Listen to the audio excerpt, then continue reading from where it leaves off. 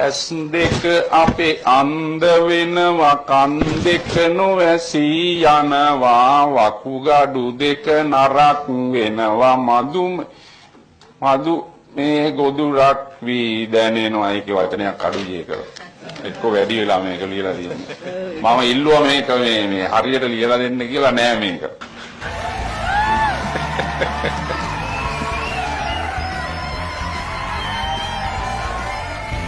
මොකක්ද වගේ නම? මෛත්‍රීපාල දිරිසේන. ඇස කීයද? දැන් 69යි. වා කොහේ ඉඳලාද? පොළොන්නරුවේ ඉඳන් කියන්නකෝ විස්තර ටිකක්. මම මේ ගමේ භාෂාවෙන් කියනවා නම් හොඳට කුණු වෙන්න බොන කෙනෙක්. Wow, really? Wow. එන්න මගේ ටීම් එකට. ගඳ ගහන්න බොන කෙනෙක්. අපටි අහා. ඒක නේ තා විස්තර තිබිලානේ කියලා නෑනේ. හරි.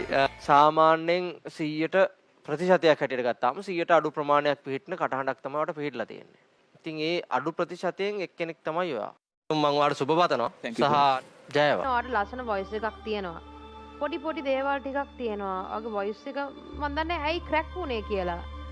ෆ්ලූ එක හැදිලාද නැත්නම් මොන හරි ලෙඩක් හැදිලාද ඒ වගේ එකක්ද නැත්නම් මං හිතන්නේ වොයිස් එක චේන්ජ් වෙනවා. මං හිතන්නේ ඔයා එක්කෝ ඕවර් ප්‍රැක්ටිස් කරලා නින්ද මදි හොඳටම. කාටද? ආට. මට එහෙම කරා. මට එහෙම නිින්ද යන්නේ නැති ගතියක් අර එහෙම මුත් තිබුණේ නැහැ නේ. හොඳට නිින්ද යනවා හැමදාම මේ ඇඳට වෙඩිච්ච ගමන් නිින්ද යනවා. කොහොමද කියන්නේ? ඔයාගේ ෂුවර් නැති ගතියක් තිබ්බ සමහර තැන්වල. ඉතින් ඒ දේවල් ඉගෙන ගන්න පුළුවන්. ඔයාට සින්දු කියන්න පුළුවන්. තව අපි ගොඩක් හොඳ කරගමු. මගේ ටීම් එකට ආවොත් ඒක කරගන්න පුළුවන්.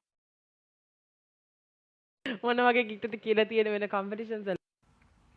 අමරබන්දු රූපසිංහ. ඔයාලට පුළුවන් ද කොටසක් ගායනා කරලා පෙන්වන්න අපිට?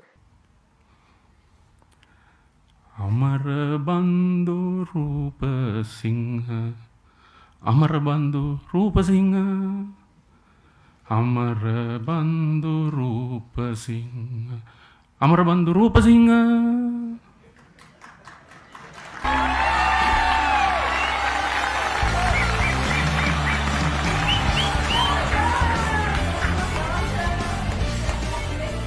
ස්තුතිවන්ත වෙනවා මේ මට ආරාධනා කිරීම ගැන